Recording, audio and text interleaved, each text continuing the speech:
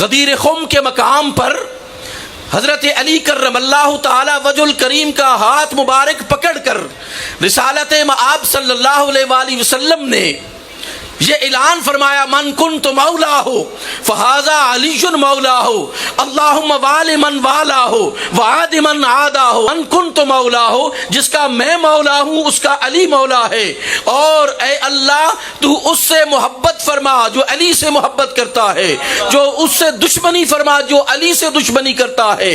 اس وقت تمام صحابہ، مقتدر صحابہ، ہزاروں کی تعداد میں صحابات موجود تھے۔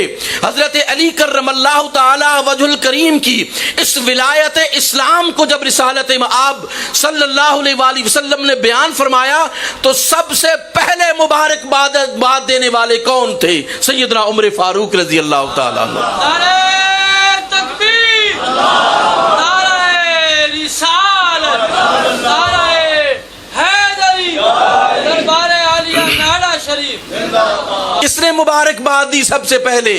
خلیفہ ثانی سیدنا عمر فاروق رضی اللہ تعالی عنہ نے مبارکباد دی، اور کیا کہا؟